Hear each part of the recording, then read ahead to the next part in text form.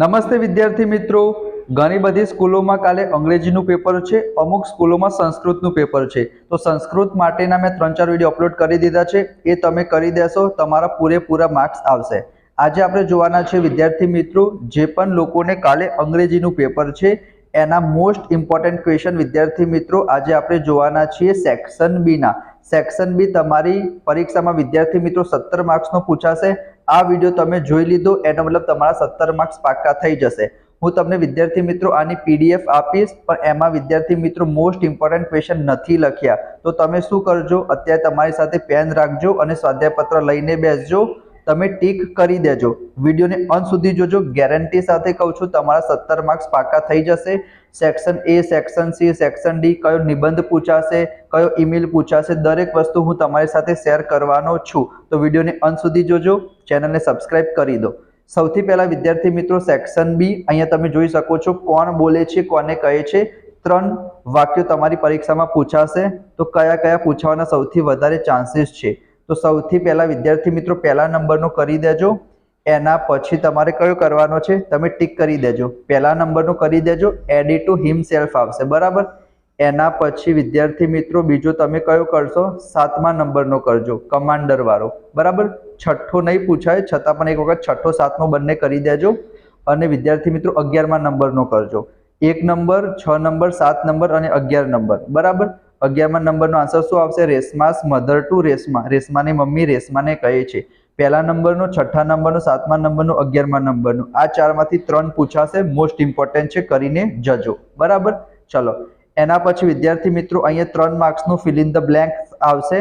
એમાં વિદ્યાર્થી મિત્રો મને લાગે છે ઇમ્પોર્ટન્ટ છે બીજા નંબરનો. કયો? બીજા નંબરનો. એમાં તમારે જવાબ શું લખવાનો છે? પહેલામાં ક્રિપ્સ આવશે.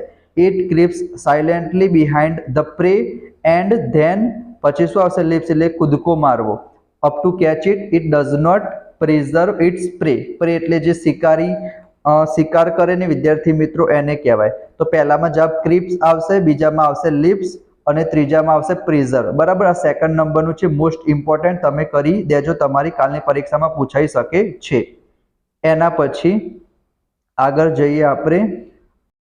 એના પછી વિદ્યાર્થી મિત્રો read the passage and answer the question.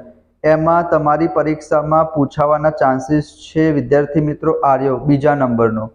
One day a lady saw mouse running across her kitchen floor, એ વિદ્યાર્થી મિત્રો, બરાબર. એના આન્સર પણ અહીંયા તમે જોઈ શકો છો. અહીંયા તમે શું લખ્યું છે? What did a lady buy. તો સૌથી પહેલા એમને શું ખરીદ્યું હતું? તો શું આવશે?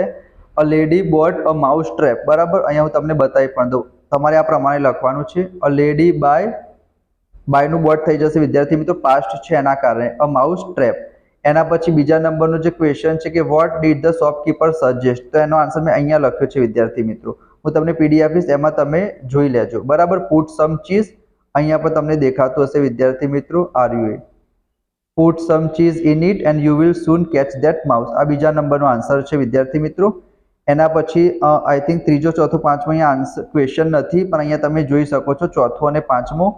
અહીંયા હું તમને બતાવી દઉં, ચોથા નંબરનો છે, આ 5મા નંબરનો છે અને ત્રીજાનો આન્સર પણ તમને મળી રહેશે, બરાબર. આ ઇમ્પોર્ટન્ટ ક્વેશ્ચન છે. એના પછી જોવા જઈએ તો વિદ્યાર્થી મિત્રો find the word having similar meaning. તો અહીંયા વિદ્યાર્થી મિત્રો તમારી પરીક્ષામાં પહેલો પૂછાવાના ચાન્સીસ છે. બીટ એટલે થશે વિદ્યાર્થી મિત્રો ડિફીટ, બરાબર. અને એના સિવાય એપ્રિસિએટ મને લાગે છે પૂછાઈ શકે છે. એપ્રિસિએટ એટલે થશે ટુ વેલ્યુ.